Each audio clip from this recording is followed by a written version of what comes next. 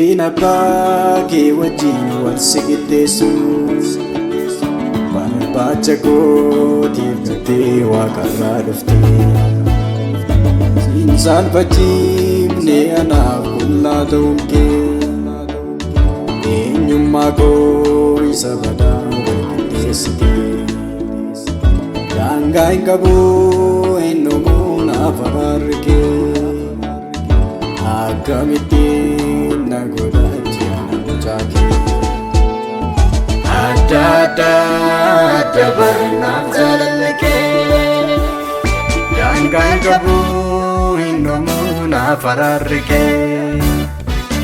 akkamittiin na godhaatti ana mucaa kee adda adda adda barnaaf jaalalli kee yakka koo hunduma laaltee natti geeddarre fuula kee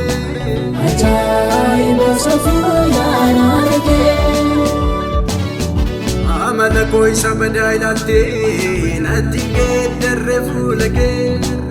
ajaa'iba safuu yaadaan kee atoo gatii qabdu naan jettee natti geeddarre fuula kee ajaa'iba safuu yaadaan kee ulfina addaan gara koo dhuftee salphina koo narraa urguftee ajaa'iba safuu yaadaan kee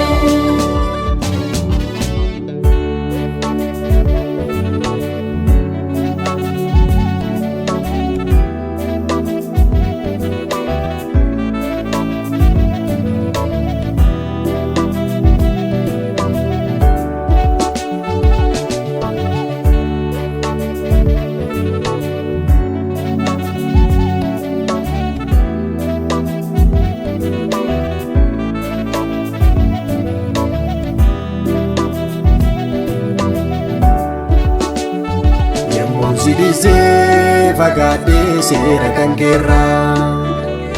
siin ala karaa leenji'oo ilaalan jira yemmuu sidisee fagaadhee yaada kan keerraa siin ala karaa leenji'oo ilaalan jira ati garuu nambuune nanniisnee araarri kee sarrai fagane ati garuu na baasne nisne araarri kee sarrai fagane garaan kee takka danda'ee narraa damba'u nannabee wankaan akka keetti naaf dhama'u Isa dhugaa isa naddaanu lammii koo sitti gammadee boqoteera jireenyi koo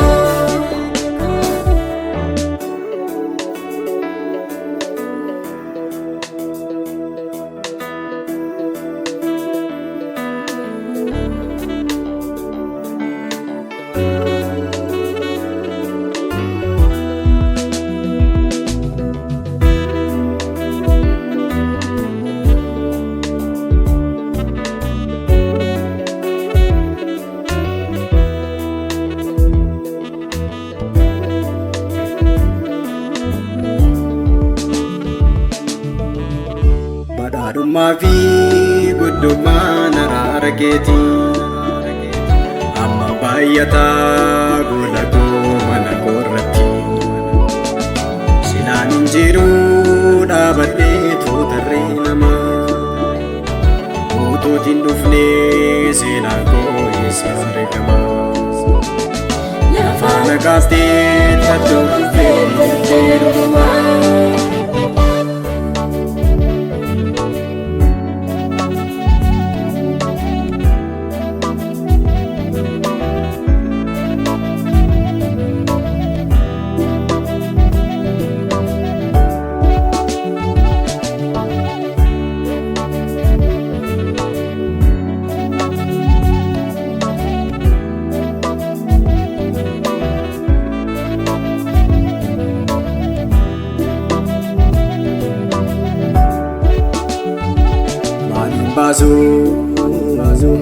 maaliin baasu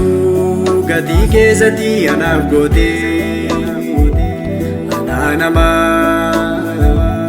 anaa namaa tola hin qabne dhuftee godaa fuute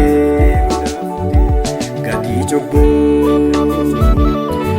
cubbuu isa humna koo gararraa ta'e irraa fuute ofii baattee